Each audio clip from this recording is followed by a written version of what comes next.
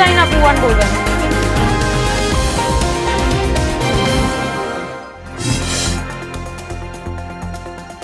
অতিক্রম করেছে ঘূর্ণিঝড় রিমাল। বরগুনা, কলাপাড়া, হাতিয়ার নিম্নাঞ্চল প্লাবিত, ব্যাপক ক্ষয়ক্ষতি। তৃতীয় ধাপে উপজেলা নির্বাচন কেন্দ্র করে জমজমাটি নরসিংদীর শিবপুর। প্রার্থীরা ছুটছেন বাড়ি বাড়ি। নির্বাচন সুষ্ঠু করতে তৎপর প্রশাসন। এবং লাল চকচকে লিচু ঝুলছে দিনাজপুরের গাছে গাছে। কয়েকদিন পরই পাওয়া যাবে বাজারে। ফলন ভালো হওয়ায় খুশি চাষিরা।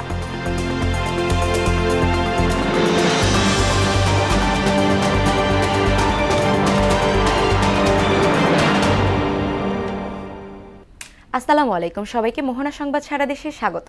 শুনছিলেন শিরোনাম, সঙ্গে আছি আমি সাদিয়া ইসলাম তৃষা। এবারে বিস্তারিত। পূর্ণ শক্তি নিয়ে বাংলাদেশ উপকূল অতিক্রম করেছে ঘূর্ণিঝড় রিমাল। আগামী 2 থেকে 3 ঘন্টার মধ্যে কিছুটা দুর্বল হবে বলে জানিয়েছে আবহাওয়া অধিদপ্তর। রিমালের প্রভাবে রাজধানী সহ উপকূলীয় জেলাগুলোতে ঝোড়ো বাতাস ও ভারী বৃষ্টি অব্যাহত রয়েছে। ঘূর্ণিঝড় রিমালের প্রভাবে দক্ষিণাঞ্চলের বিভিন্ন এলাকায় প্রায় 40 লাখ গ্রাহকের বিদ্যুৎ সরবরাহ বন্ধ রয়েছে। গাছ পড়ে লাইন ছিঁড়ে অনেক এলাকার বিদ্যুৎ সরবরাহ বন্ধ হয়ে গেছে। আবার দুর্ঘটনা এড়াতে অনেক এলাকায় বিদ্যুৎ সরবরাহ বন্ধ রাখা হয়েছে। এদিকে পটুয়াখালী ও সাতক্ষীরায় 2 জনের মৃত্যু হয়েছে।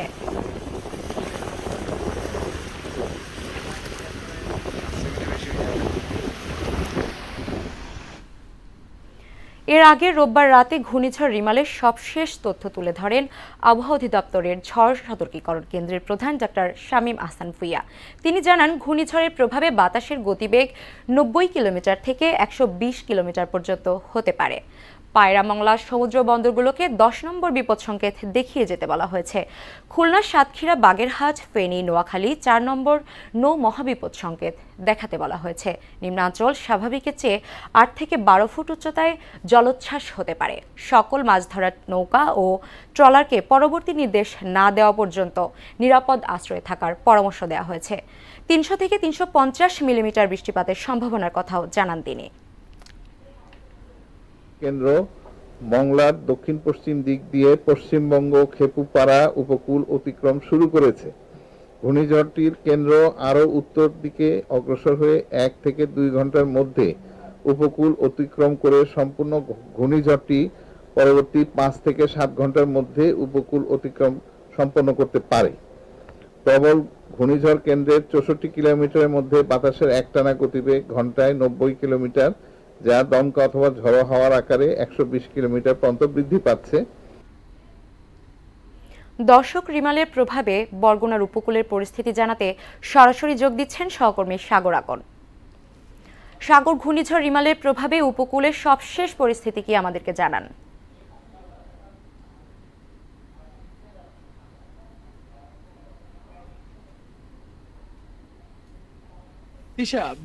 গতকাল রাত 8টা থেকে কিন্তু এই যে রিমালের যে তাণ্ডব, সেটি কিন্তু এই বরগুনা উপকূলে শুরু হয়েছে এবং শুরু হয়ে কিন্তু সারা রাত্রই কিন্তু এই তাণ্ডব লীলা কিন্তু বরগুনা উপকূল জুড়ে কিন্তু চলছে। এবং আপনাকে জানিয়ে রাখি যে এখনো কিন্তু থেমে থেমে ভারী বর্ষণ কিন্তু বরগুনায় হচ্ছে। এবং আপনাকে আরো জানিয়ে রাখি যে বরগুনার যে পৌর শহর সহ যে নিম্ন অঞ্চল যেগুলি রয়েছে সেগুলি কিন্তু পানিতে প্লাবিত হয়েছে, কারণ স্বাভাবিক জোয়ারের চেয়ে কিন্তু 7 থেকে 8 ফুট বেশি কিন্তু পানি হয়েছে।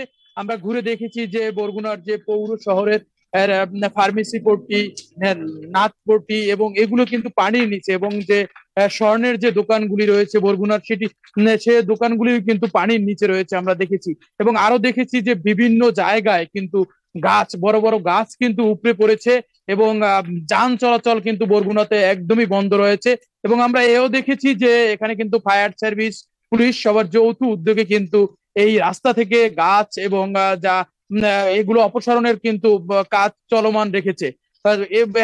এবং আপনাকে আরো একটু জানিয়ে রাখি যে বরগুনা জেলা প্রশাসনের পক্ষ থেকে কিন্তু এই যে ঘূর্ণিঝড়ের পরে যে ক্ষয়ক্ষতি হয়েছে সেজন্য কিন্তু যা যা প্রয়োজন শুকনো খাবার সবকিছুই কিন্তু প্রস্তুত রাখা হয়েছে এবং সাইক্লোন শেল্টারে পৌঁছে দেওয়া হচ্ছে। তিশা, এই ছিল বরগুনা থেকে সর্বশেষ। সাগর, আপনাকে ধন্যবাদ। দর্শক, ঘূর্ণিঝড়ের প্রভাবে কুয়াকাটার অবস্থা জানাতে সরাসরি যুক্ত হচ্ছেন সহকর্মী খোকন হাওলাদার।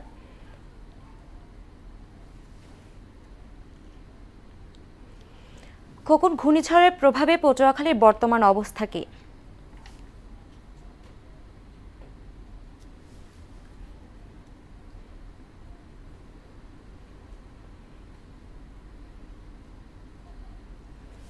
শুরু করেছে আজকে সারা রাত্র কিন্তু পটুয়াখালীর উপর দিয়ে, বিশেষ করে কলাপাড়া, মহিপুর, কুয়াকাটা এর উপর দিয়ে কিন্তু ঘূর্ণিঝড় যে রিমেলের তাণ্ডব তা কিন্তু চালিয়েছেন। আমরা দেখতে পেয়েছি যে প্রচুর বৃষ্টির সাথে কিন্তু বাতাসের তীব্রতা এতটা ভয়াবহ ছিল যে সাধারণ একজন মানুষ কিন্তু দাঁড়িয়ে থাকতে পারে না বাতাসটিতে। যে সকল কাঁচা ঘরবাড়ি ছিল, অনেক ঘরবাড়ি কিন্তু ইতিমধ্যে ক্ষয়ক্ষতি হয়েছে, গাছপালা কিন্তু ভেঙে পড়েছে। মানুষের যে কৃষি যে জমি, সেই জমিগুলো কিন্তু যাদের যে রবি শস্য ছিল সেগুলো কিন্তু পানিতে তলিয়ে গেছে। মাছের ঘেরও কিন্তু পানিতে তলিয়ে গেছে। আপনি দেখতে পাচ্ছেন যে কি পরিমাণ যে বাতাসের কারণে কিন্তু আমি কিন্তু এখানে দাঁড়িয়ে থাকতে পারছি না। আপনাকে জানিয়ে রাখি যে পটুয়াখালীতে গতকাল সন্ধ্যার পর থেকে কিন্তু বিদ্যুৎ বিচ্ছিন্ন রয়েছে। এখন পর্যন্ত পটুয়াখালী জেলার কোথাও বিদ্যুৎ নেই। আপনাকে জানিয়ে রাখি যে রাঙামালী উপজেলার বেশ কয়েকটি ভেরিবাঁধ কিন্তু এরই মধ্যে কিন্তু ভেঙে অনেক গ্রাম প্লাবিত হয়েছে এবং সেখানকার যে জনসাধারণ আছে তারা কিন্তু বেশ ঝুঁকির ভিতরেই রয়েছে। এছাড়াও এখানের যে অনেক গ্রামের যে লোকজন তারা তারা কিন্তু ভাবতেছে যে এই যে রিমেলকে অন্যান্য যে এর আগে যে ঘূর্ণিঝড় তার মতো হয়তো নাও আসতে পারে। এই জন্য কিন্তু তারা যে আশ্রয় কেন্দ্রগুলো রাখা হয়েছিল সেই আশ্রয় কেন্দ্রে কিন্তু তারা সেখানে কিন্তু যায়নি। যার ফলে রাত যত গভীর হয়েছে ঘূর্ণিঝড় এই রিমেলের কিন্তু প্রকোপ তত বৃদ্ধি পেয়েছে, ফলে যার কারণে তারা কিন্তু তাদের যে বাড়ি ঘর, সেই বাড়ি ঘরে কিন্তু থেকে কিন্তু তাদের কিন্তু আরো কিন্তু বেশি কিন্তু তারা হঠাৎ করে বৃদ্ধি পেয়ে যায় যে দাঁড়িয়ে থাকতে কিন্তু আমাদের অনেক সময় কষ্ট হচ্ছে। আমরা এখানে জেলা প্রশাসকের সাথে কথা বলেছি, তিনি আমাদেরকে যেমনটা জানিয়েছেন যে এই ঘূর্ণিঝড় রিমেলের যে পূর্ব প্রস্তুতি রয়েছিল যার কারণে কিন্তু ক্ষয়ক্ষতির ব্যাপারটা কিন্তু অনেকটা কম হয়েছে বলে আমাদেরকে কিন্তু তিনি জানিয়েছেন। আপনাকে আরেকটা বিষয়ে জানিয়ে রাখি যে এই যে ঘূর্ণিঝড় রিমেলের প্রভাবে কিন্তু উপকূলে 4 থেকে 5 ফুট কিন্তু জোয়ারের পানি কিন্তু বৃদ্ধি পেয়েছে। পটুয়াখালী থেকে এই ছিল ঘূর্ণিঝড় রিমেল নিয়ে আমার কাছে সর্বশেষ তথ্য। তিশা। খোকন, আপনাকে ধন্যবাদ। ঘূর্ণিঝড় রিমেলের আঘাত সামাল দিতে প্রস্তুত রয়েছে সেনা, নৌ ও কোস্টগার্ড সহ বিভিন্ন বাহিনী। রোববার রাতে এক সংবাদ সম্মেলনে একথা বলেন দুর্যোগ ব্যবস্থাপনা ও ত্রাণ প্রতিমন্ত্রী মুহিবুর রহমান। এখন পর্যন্ত 2 জনের মৃত্যু হয়েছে। দুর্যোগ পরবর্তী ব্যবস্থা জোরদার করা হচ্ছে। আজ দুর্যোগপ্রবণ এলাকায় শিক্ষা প্রতিষ্ঠান বন্ধ থাকবে বলে জানান প্রতিমন্ত্রী। মূল অংশটা 1 থেকে 2 ঘন্টা যখন অতিক্রম করবে তখন ওই সময় যদি জোয়ার থাকে তাহলে জলস্রোতটা আবার বাড়ার সম্ভাবনা আছে এবং বাতাসটাও আর একটু বাড়ার সম্ভাবনা আছে। যেগুলি ইতিমধ্যে আমরা সমস্ত দুর্যোগের মালামালগুলি যেগুলি আমাদের ক্ষতিগ্রস্ত মানুষের জন্য প্রয়োজন হবে যেগুলি আমরা ইতিমধ্যে তাদেরকে পৌঁছে দিয়েছি এবং বাড়তি কি লাগে এই জন্য আমরা প্রতিনিয়ত আমাদের আপনাদের দুর্যোগ মন্ত্রণালয় সচিবালয় আমাদের সচিবের নেতৃত্বে কাজ করতেছে। ঘূর্ণিঝড় রিমেলের প্রভাবে নোয়াখালীর উপকূলীয় এলাকায় বেড়িবাঁধের বাইরে নিঝুমদ্বীপ, ঘাসিয়ার চর, ঢালচর সহ বেশ কয়েকটি বিচ্ছিন্ন চর জোয়ারের পানিতে তলিয়ে গেছে। সেখানকার অবস্থা জানাচ্ছেন সহকর্মী মোহাম্মদ ফিরোজউদ্দিন। রেমালের প্রভাবে নোয়াখালীর দ্বীপ উপজেলা হাতিয়ায় গতকাল সন্ধ্যা থেকে ভোর পর্যন্ত তাণ্ডব চালিয়ে গেছে। ঘূর্ণিঝড় রেমালের তাণ্ডবে নোয়াখালীর দ্বীপ উপজেলায় 11টি ইউনিয়ন, 1টি পৌরসভায় গাছপালা, ঘর বাড়ি ব্যাপক ক্ষয়ক্ষতি হয়েছে এবং রাতের জোয়ারে বেড়িবাঁধের বাইরে যে সকল এলাকা রয়েছে সেখানেও অনেক ক্ষয়ক্ষতি হয়েছে। বিশেষ করে ডালচর, চরগাছিয়া, নিঝুমদ্বীপ এসব এলাকায় বেড়িবাঁধ না থাকায় ব্যাপক ক্ষয়ক্ষতি হয়েছে বলে জানা গেছে। আমি এই ক্ষয়ক্ষতি সম্পর্কে জানতে চেয়েছিলাম সিপিবি কর্মকর্তা বদিউজ্জামানের সাথে। বদিউজ্জামান সাহেব আমাকে জানিয়েছেন যে ঘূর্ণিঝড় রেমালের তাণ্ডব শেষ না হওয়া পর্যন্ত কিছু বলা যাচ্ছে না। এই ছিল আমার কাছে সর্বশেষ তথ্য। মোহাম্মদ ফিরোজউদ্দিন, হাতিয়া। নোয়াখালীর হাতিয়া থেকে জানাচ্ছিলেন ফিরোজউদ্দিন। পটুয়াখালীর কলাপাড়ায় ঘূর্ণিঝড় রিমালের প্রভাবে সৃষ্ট জলোচ্ছ্বাস থেকে বোন ও ফুপুকে বাঁচাতে গিয়ে শরীফ নামের এক যুবক মারা গেছেন। উপজেলার কাওয়ারচর এলাকায় এ ঘটনা ঘটে। বাউফলে ইতিমধ্যেই ডুবে গেছে তেঁতুলিয়া নদীর তীরবর্তী এলাকার রাস্তাঘাট, স্কুল, মসজিদ, বাড়িঘর ও ব্যবসা প্রতিষ্ঠান। স্থানীয় বাসিন্দাদের মধ্যে আতঙ্ক বিরাজ করছে। অন্যদিকে সাতক্ষীরার শ্যামনগরে ঝড়ের মধ্যে আশ্রয়কেন্দ্রে যাওয়ার পথে এক বৃদ্ধর মৃত্যু হয়েছে। এছাড়া ঘূর্ণিঝড় রিমালের প্রভাবে নোয়াখালীর উপকূলীয় এলাকায় বেড়িবাঁধের বাইরে নিঝুমদ্বীপ, ঘাসিয়ারচর, ঢালচর সহ বেশ কয়েকটি বিচ্ছিন্ন চর জোয়ারের পানিতে তলিয়ে গেছে। এসব এলাকায় বেড়িবাঁধ না থাকায় লোকালয়ে পানি ঢুকে যায়। এতে দ্বীপের 30,000 মানুষ পানিবন্দী হয়ে পড়েছে। সেই সাথে ঝুঁকির মধ্যে পড়ে যায় নিঝুম দ্বীপের কয়েক হাজার চিত্রা হরিণ। দুর্যোগপূর্ণ আবহাওয়ার কারণে হাতিয়ার সঙ্গে সারা দেশের নৌযোগাযোগ বন্ধ রয়েছে। দর্শক, চট্টগ্রাম উপকূলে ঘূর্ণিঝড় রিমালের প্রভাব জানাতে সরাসরি যোগ দিচ্ছেন চট্টগ্রাম ব্যুরো প্রধান আলী শাহিন। শাহিন, ঘূর্ণিঝড় রিমালের প্রভাব এবং প্রশাসনের প্রস্তুতি সম্পর্কে আমাদের জানান।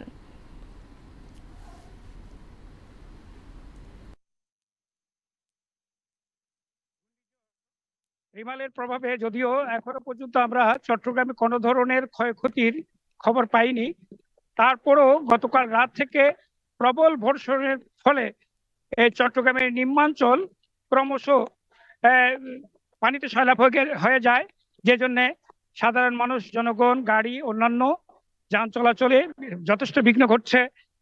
যদিও এই চট্টগ্রামের নিম্নাঞ্চলগুলো আগেও একটু বৃষ্টি হলেই পানিতে সয়লাব হয়ে যায়, কিন্তু যেহেতু ঘূর্ণিঝড় রেমালের প্রভাবে গতকাল থেকে টানা বর্ষণ এখনো পর্যন্ত চলছে, যে জন্য এই চট্টগ্রাম শহরের বহদ্দারহাট, 2 নম্বর গেট, চকবাজার, আগ্রাবাদ সহ বেশ কয়েকটি নিম্নাঞ্চল পানিতে সয়লাব হয়ে যায়। আপনার মাধ্যমে যদি দেখাতে যায়, দেখুন যে এই চট্টগ্রামের চকবাজার এলাকা। এই চকবাজার এলাকায় যে যদিও এটি নিম্নাঞ্চল নয়, তবুও দেখা যায় যে প্রবল বর্ষণের ফলে যে এই এলাকা প্লাবিত হয়ে গেছে। এর মধ্যে আমরা যতটুকু জেনেছি যে প্রশাসন যেহেতু বন্দর কর্তৃপক্ষ 4 নম্বর রেড অ্যালার্ট জারি করেছিল, যেহেতু চট্টগ্রাম সহ কক্সবাজারে 9 নম্বর মহাবিপদ সংকেত জানানো হয়েছিল ঘূর্ণিঝড় রিমালের জন্য। এখন প্রশাসন কিন্তু কালকে থেকে আজ অব্দি টানা তাদের সতর্ক অবস্থা রেখেছেন, যাতে কোনো ধরনের ঘূর্ণিঝড় রিমালের প্রভাবে কোনো ধরনের দুর্যোগ যদি ঘটে, সাথে সাথে তারা যাতে সেই সমস্যার সমাধানে এগিয়ে আসতে পারে। আমরা এই চট্টগ্রামে যে রিমাল সহ রিমালের ঘূর্ণিঝড়ের প্রভাবে এখনো পর্যন্ত কোনো ধরনের হতাহতের খবর পাইনি। আমরা এই ধরনের কোনো ধরনের খবর পেলে আবারও দর্শক আপনাদের সামনে আমরা হাজির হব। এই ছিল চট্টগ্রামে রিমালের প্রভাবের ফলে যে চট্টগ্রামে যে প্লাবিত হয়েছে, পানিতে সয়লাব হয়ে গেছে, সেই পানিতে সয়লাব ছাড়া অন্য ধরনের কোনো খবর আমরা পাইনি। এই ছিল চট্টগ্রামের রিমালের শেষ খবর। ধন্যবাদ মার্জিয়া। শাহিন, আপনাকে ধন্যবাদ। উপজেলা পরিষদের নির্বাচনে তৃতীয় ধাপে 29 মে নরসিংদী জেলার একটি উপজেলায় নির্বাচন অনুষ্ঠিত হতে যাচ্ছে। এর মধ্যে শিবপুর উপজেলা রয়েছে। একটি উপজেলায় মোট ভোটার রয়েছে 3,15,667 জন, যেখানে ভোটাররা যোগ্য প্রার্থীকে ভোট প্রয়োগের মাধ্যমে নির্বাচিত করবেন। নির্বাচন সুষ্ঠু করতে কাজ চলছে সংশ্লিষ্ট প্রশাসনের। নরসিংদী থেকে মাহবুবুর রহমানের তথ্যে তানজিদ ভুঁইয়ার রিপোর্ট। আগামী 29 মে তৃতীয় ধাপে নরসিংদী জেলার একটি উপজেলায় নির্বাচন অনুষ্ঠিত হবে। এর মধ্যে শিবপুর উপজেলা রয়েছে। 217.71 বর্গ কিলোমিটার আয়তনের শিবপুর উপজেলায় 194টি গ্রাম, 9টি ইউনিয়ন ও একটি পৌরসভা নিয়ে গঠিত।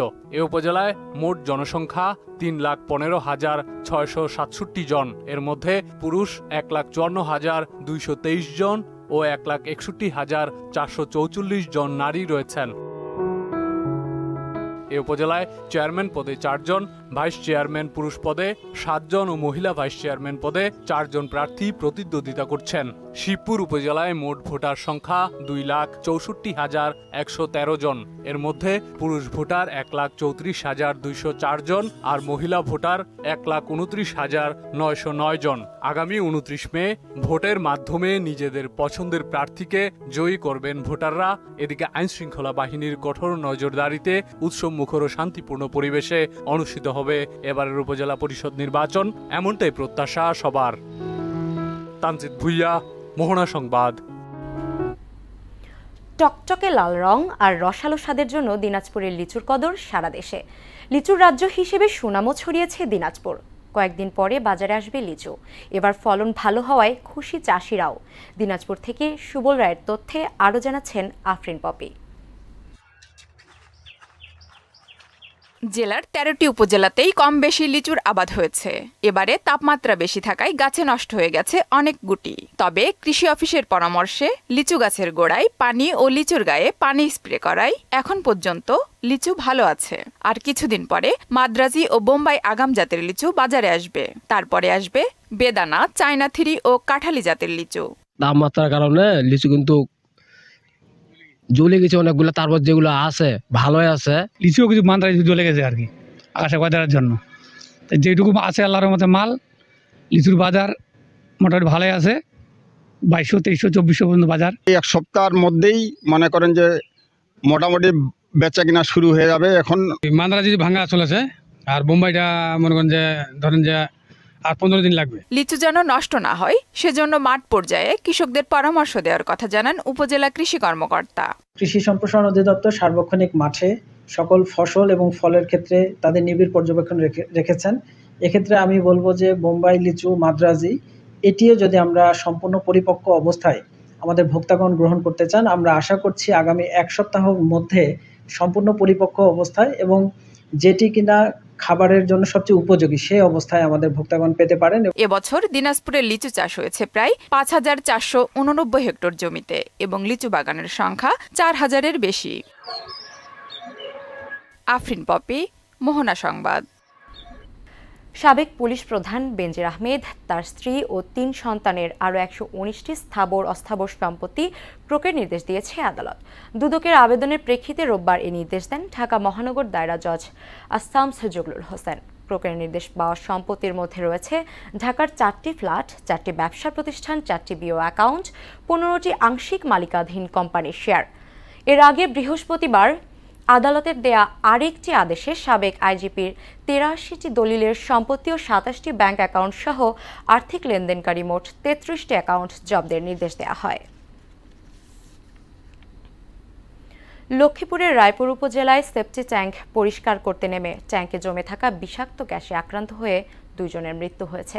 রোববার বিকেলে শহরের ফারুকিয়া মাদ্রাসার সামনে নির্মাণাধীন একটি ভবনের সেপটি ট্যাঙ্ক পরিষ্কার করার সময় এই দুর্ঘটনা ঘটে।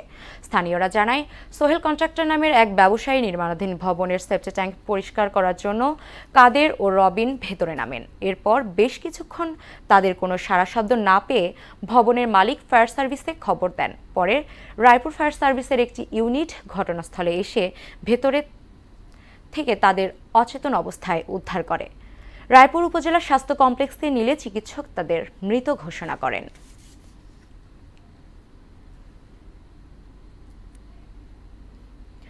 ময়মনসিংহে শুরু হয়েছে 3 দিনব্যাপী কৃষি প্রযুক্তি ও পুষ্টি মেলা। কৃষি উন্নয়নের মাধ্যমে পুষ্টি ও খাদ্য নিরাপত্তা জোরদারকরণ প্রকল্পের আওতায় মেলার আয়োজন করে কৃষি সম্প্রসারণ অধিদপ্তর। রোববার নগরীর বৈশাখী মঞ্চে মেলার উদ্বোধন করেন জেলা প্রশাসক দিদারে আলম মোহাম্মদ মাকসুদ চৌধুরী। এ সময় কৃষি সম্প্রসারণ অধিদপ্তরের উপপরিচালক নাসরিন আক্তার বানু, জেলা প্রাণী সম্পদ কর্মকর্তা আব্দুল জলিল, মৎস্য কর্মকর্তা কৃষিবিদ রিপন কুমার পাল সহ উপজেলা কৃষি কর্মকর্তা বৃন্দ উপস্থিত ছিলেন। মেলা চলবে 28 মে পর্যন্ত। এদিকে বরগুনার শোলাতলায় কৃষি সম্প্রসারণ অধিদপ্তরের উদ্যোগে 3 দিন ব্যাপী স্মার্ট কৃষি প্রযুক্তি মেলা শুরু হয়েছে। প্রধান অতিথি হিসেবে মেলায় উদ্বোধন করেন সংসদ সদস্য শাহদারা মান্নান। বিভিন্ন জেলা উপজেলায় অনুষ্ঠিত সভা সমাবেশ সহ নানা বিষয়ে প্রতিনিধিদের তথ্যের ডেস্ক রিপোর্ট। রংপুর বিভাগে হিমাগার মালিকদের বৈষম্যমূলক একতরফা অতিরিক্ত ভাড়া আদায়ের প্রতিবাদে গণ অনশন করেছেন আলু চাষী ও ব্যবসায়ী সমিতি। জেলা প্রশাসকের কার্যালয়ের সামনে অনশন কর্মসূচি পালন করেন তারা। ফেনীর ছাগলনাইয়া উপজেলা পরিষদ নির্বাচনে আওয়ামী লীগ সমর্থিত কাপ পিরিচ প্রতীকের চেয়ারম্যান পদপ্রার্থী মিজানুর রহমান মজুমদার ও কলসি প্রতীকের মহিলা ভাইস চেয়ারম্যান পদপ্রার্থী বিবি জোলেখার সমর্থনে কর্মী সমাবেশ অনুষ্ঠিত হয়েছে। আসন্ন এইচএসসি পরীক্ষা 2 মাস পেছানোর দাবিতে ময়মনসিংহে মানববন্ধন কর্মসূচি পালন করেছে 2024 সালে পরীক্ষায় অংশ নিতে যাওয়া পরীক্ষার্থীরা। নগরীর টাউন হল মোড়ে মানববন্ধনে পরীক্ষা পেছাতে 8 দফা দাবি তুলে ধরেন শিক্ষার্থীরা। নাটোরের বড়াই গ্রামের একজন সাংবাদিক ছাড়া সব সাংবাদিক দুর্নীতিবাজ এমন আপত্তিকর বক্তব্য প্রত্যাহার দাবিতে সংসদ সদস্য সিদ্দিকুর রহমান পাটোয়ারির বিরুদ্ধে মানববন্ধন ও প্রতিবাদ সভা করেছে স্থানীয় গণমাধ্যম কর্মীরা। টাঙ্গাইলে শেখ হাসিনা মেডিকেল কলেজ ও হাসপাতালের আবাসিক চিকিৎসক ডক্টর আবু তাহের ও তার স্ত্রীর ওপর হামলার প্রতিবাদে মানববন্ধন কর্মসূচি পালন করেছে জেলা মেডিকেল অ্যাসোসিয়েশন। রাঙামাটিতে জেলা দুর্যোগ ব্যবস্থাপনা কমিটির জরুরি সভা অনুষ্ঠিত হয়েছে। জেলা প্রশাসনের উদ্যোগে অনুষ্ঠিত সভার সভাপতিত্ব করেন জেলা প্রশাসক মোহাম্মদ মোশাররফ হোসেন খান। পেনশন সংক্রান্ত বৈষম্যমূলক প্রজ্ঞাপন প্রত্যাহার, সুপার গ্রেড প্রদান ও স্বতন্ত্র বেতন কাঠামো বাস্তবায়নের দাবিতে মানববন্ধন কর্মসূচি পালন করেছে খুলনা বিশ্ববিদ্যালয় শিক্ষক সমিতি। দিনাজপুরের বিরলে উপজেলা প্রাথমিক শিক্ষক কোঅপারেটিভ ক্রেডিট ইউনিয়নের বার্ষিক সাধারণ সভা অনুষ্ঠিত হয়েছে। অনুষ্ঠানের প্রধান অতিথি হিসেবে উপস্থিত ছিলেন উপজেলা সমবায় কর্মকর্তা হাফিজুর ইসলাম। ঢাকার দোহার উপজেলায় জেলা পরিষদের অর্থায়নে বাস্তবায়িত প্রকল্প উদ্বোধন করেছেন ঢাকা জেলা পরিষদের চেয়ারম্যান ও ঢাকা জেলা আওয়ামী লীগের সহসভাপতি মোহাম্মদ মাহবুবুর রহমান। জাতীয় কবি কাজী নজরুল ইসলামের জন্মবার্ষিকী উদযাপন উপলক্ষে কুমিল্লায় আলোচনা সভা ও 1000 শিক্ষার্থীর সম্মিলিত কণ্ঠে কারারই লৌহ কপাট কবিতা পরিবেশনা ছিল এক ভিন্ন ধর্মীয় আয়োজন। কুমিল্লার নবাব ফয়জুন্নেসা সরকারি বালিকা উচ্চ বিদ্যালয়ের সহযোগিতায় ও গঙ্গা পদ্মা মেলবন্ধন বাংলাদেশ জেলা শাখার আয়োজনে অনুষ্ঠানের উদ্বোধন করেন সম্মিলিত সাংস্কৃতিক জোট চট্টগ্রাম বিভাগীয় সমন্বয়ক বীর মুক্তিযোদ্ধা নাজমুল হাসান পাখি। জেসমিন আলম, মোহনা সংবাদ। খেলার খবর। জাকজমক আয়োজনের মধ্য দিয়ে মিরপুর শহীদ সোহরাওয়ার্দী ইনডোর স্টেডিয়ামে শুরু হলো বঙ্গবন্ধু কাপ আন্তর্জাতিক কাবাডির 4র্থ আসর। এতে প্রধান অতিথি হিসেবে টুর্নামেন্টের উদ্বোধন করেন যুব ও ক্রীড়ামন্ত্রী নাজমুল হাসান পাপন। অনুষ্ঠানে সভাপতিত্ব করেন বাংলাদেশ কাবাডি ফেডারেশনের সভাপতি ও inspector general of police Chowdhury Abdullah Al Mamun. এ সময় উপস্থিত ছিলেন ফেডারেশনের সাধারণ সম্পাদক ও ডিএমপি কমিশনার হাবিবুর রহমান। উদ্বোধনী অনুষ্ঠানে মাঠপার্সে অংশগ্রহণকারী 12টি দলের খেলোয়াড়, কর্মকর্তা ও টুর্নামেন্টের অফিসিয়ালরা। উদ্বোধনী খেলায় দক্ষিণ কোরিয়াকে ৬৭-২২ পয়েন্ট ব্যবধানে হারিয়েছে বাংলাদেশ। কাবাডিটাকে চালাচ্ছেন মন্ত্রণালয়ের পক্ষ থেকে আমি বলতে পারি, আমার ব্যক্তিগতভাবে আমি বলতে পারি আমরা অত্যন্ত খুশি এবং আনন্দিত। এবং আমরা যে শর্টলিস্টটা করেছি, যে শর্টলিস্টের ভিত্তিতে আমরা প্রায়োরিটি দিব কতগুলো খেলাকে, এটার মধ্যে ওনারা আছেন ফেডারেশনের দিক দিয়ে। আরেকটা জিনিস মনে রাখতে হবে, খেলার দিক দিয়ে এটা হচ্ছে আমাদের জাতীয় খেলা, এটা তো অবশ্যই আমাদের খেলতে হবে এবং এটাতে আমাদের ভালো করা না করার কোনো কারণ নেই।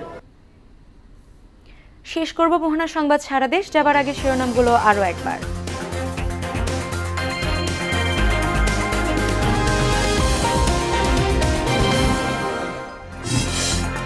পূর্ণ শক্তি নিয়ে বাংলাদেশ উপকূল অতিক্রম করেছে ঘূর্ণিঝড় রিমাল। বরগুনা, কলাপাড়া, হাতিয়া নিম্নাঞ্চল প্লাবিত, ব্যাপক ক্ষয়ক্ষতি। তৃতীয় ধাপে উপজেলা নির্বাচন কেন্দ্র করে জমজমাটি নরসিংদীর শিবপুর। প্রার্থীরা ছুটছেন বাড়ি বাড়ি। নির্বাচন সুষ্ঠু করতে তৎপর প্রশাসন। এবং লাল টকটকে লিচু ঝুলছে দিনাজপুরের গাছে গাছে। কয়েকদিন পরই পাওয়া যাবে বাজারে। ফলন ভালো হওয়ায় খুশি চাষিরা।